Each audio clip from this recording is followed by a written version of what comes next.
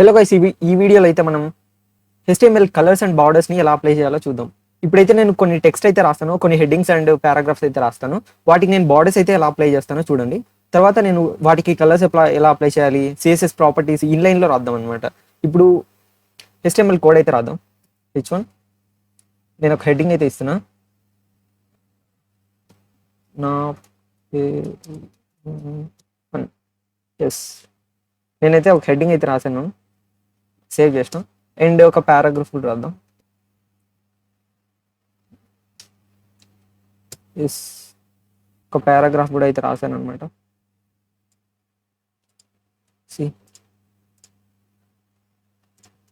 Okay, paragraph అయితే రాశాను.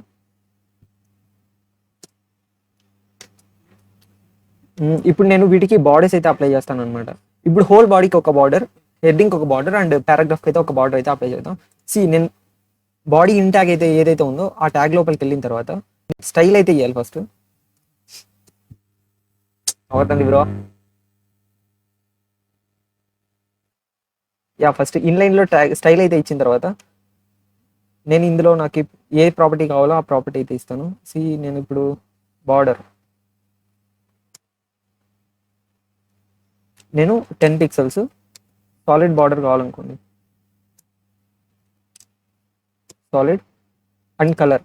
ఇప్పుడు మనం కలర్ని స్పెసిఫై చేయడానికి నేను నార్మల్గా అయితే ఇస్తున్నా. ఇప్పుడు సేవ్ చేసా. ఇక్కడ నాకు మొత్తం హోల్ బాడీకి మొత్తానికి రెడ్ కలర్ బార్డర్ అయితే అప్లై అయింది అనమాట. ఇప్పుడు 10 పిక్సెల్స్ ఉంది. ఇది నాకు 10 వద్దు, 5 పిక్సెల్స్ చాలనుకోండి. 5 పిక్సెల్స్ ఇస్తే 5 పిక్సెల్స్ మాత్రమే బార్డర్ అయితే ఏర్పడింది. ఇప్పుడు నాకు ఈ సాలిడ్ కాకుండా డాటెడ్ అని కావాలనుకోండి. డాటెడ్ బార్డర్ కావాలి. సేవ్ చేసినా ఇక్కడ డాటెడ్ బార్డర్ అయితే ఏర్పడింది. దీన్ని ఇన్లైన్ CSS అంటారు అనమాట. ఇప్పుడు మనకి రెడ్ వద్దు, గ్రీన్ కావాలనుకోండి. గ్రీన్ అయితే ఇచ్చాను. నేను సేవ్ చేయగానే గ్రీన్ కలర్ బార్డర్ అయితే వచ్చింది అనమాట. వీటిని ప్రాపర్టీ వాల్యూస్ అని, దీన్ని ప్రాపర్టీ అని, దీనికి యాట్రిబ్యూట్ని అంటారు. ఇప్పుడు స్టైల్ అనేది ఒక యాట్రిబ్యూట్, బార్డర్ అనేది ఒక ప్రాపర్టీ, అండ్ ఈ మొత్తం వాల్యూస్ ఏవైతే ఉన్నాయి, ఈ 5 పిక్సెల్స్, డాటెడ్ అండ్ గ్రీన్ అనేది, ఈ 3 మనకి ప్రాపర్టీ వాల్యూస్ అనమాట. ఓకే, ఇప్పుడు మనం కలర్స్ని ఇప్పుడు మనం ఇవే బార్డర్స్ సపరేట్గా మనం వీటికి కూడా అప్లై చేద్దాం అనమాట. H1కి పారాగ్రాఫ్కి కూడా మనం అప్లై చేస్తున్నాం. నేను దాన్ని తీసి జస్ట్ కాపీ పేస్ట్ చేశాను. ఇప్పుడు నాకు హెడ్డింగ్కి రెడ్ కలర్, ఇప్పుడు నాకు పారాగ్రాఫ్కి బ్లూ కలర్ కావాలనుకో. ఎస్ డాటెడ్ వద్దు, సాలిడ్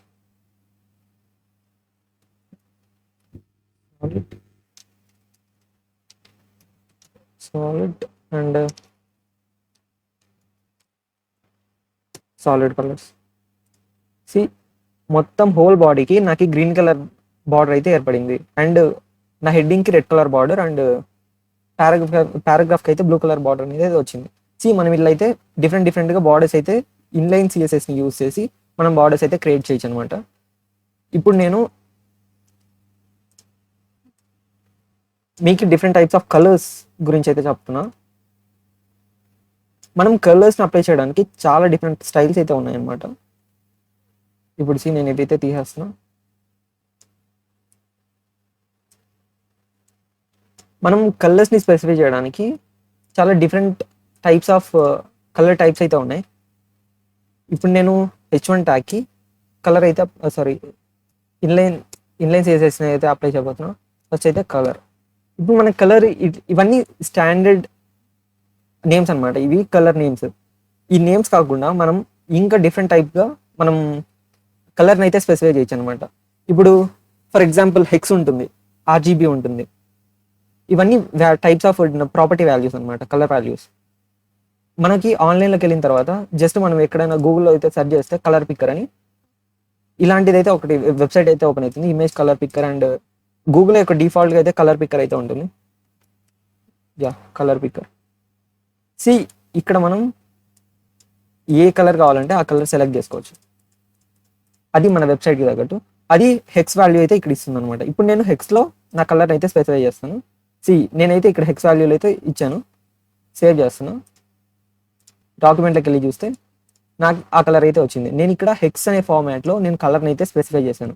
ఇప్పుడు నాకు డిఫరెంట్గా టైప్ చేయాలనుకుంటున్నాను. మీన్స్ హెక్స్ వద్దు, నాకు ఆర్జీబీలో నేను స్పెసిఫై చేయాలనుకుంటున్నాను. ఇందులోనే ఆర్జీబీ వాల్యూస్ అయితే ఉంటాయి. ఇందులో క్లియర్గా తెలుస్తుంది చూడండి. ఇక్కడ మనకి ఇదైతే హెక్స్ వాల్యూ కాపీ చేసుకోవచ్చు. ఇది హెచ్ఎస్ఎల్ అనేది ఒక డిఫరెంట్, ఇది ఆర్జీబీ అనమాట. ఇప్పుడైతే చూడండి, ఇక్కడ నేను ఆర్జీబీ ఇందులో అయితే నేను పేస్ట్ చేస్తాను. ఇది ఆల్ఫా, ఇక్కడ ఉన్న వాటిలో ఇది red colour 39 value and green colour ఇక్కడ ఆర్జీబీ ఉంది కదా, ఈ green colour value 151 and blue colour value 201. ఈ 1 అనేది ఆల్ఫా వాల్యూ అనమాట. ఆర్జీబీఏ అంటే ఇది వర్క్ అవుతుంది అనమాట. ఇక్కడ నేను ఆర్జీబీఏ వాల్యూ బ్లూ కలర్, దీనికి ఈ బ్లూ కలర్కి ఈ వాల్యూస్ కదా. సో ఆర్జీబీఏ వాల్యూ నేను ఇది ఇచ్చినందుకు నాకు ఇక్కడ హెడ్డింగ్ బ్లూ కలర్లోకి అయితే చేంజ్ అయిపోయింది. నేను అక్కడ ఆల్ఫా వాల్యూ అయితే తీసేస్తాను. ఇప్పుడు సేవ్ చేసి చూస్తున్నా, ఇక్కడ ఆర్జీబీఏ అనేది కూడా తీసేస్తున్నాను. ఇప్పుడు ఇది బ్లూ కలర్. నేను ఆల్ఫా వాల్యూ 1 కాకుండా 0.5, 0.8 అలా ఇచ్చినట్టయితే మనకి చేంజ్ అయితే అవుతుంది. అది ట్రాన్స్పరెన్సీకి రిలేటెడ్గా ఉంటుంది అనమాట పాయింట్ అనేది ఆల్ఫా వాల్యూ. దీన్ని బట్టి మీకు different types of colours and ఆ కలర్స్ని ఎలా మెన్షన్ చేయాలో తెలిసింది అనుకుంటున్నాను. ఈ వీడియో కనుక మీకు నచ్చినట్లయితే లైక్ చేసి సబ్స్క్రైబ్ చేసుకోండి. ఇలాంటి మరిన్ని ట్యూటోరియల్స్ కోసం ఛానల్ని సబ్స్క్రైబ్ చేసుకోండి.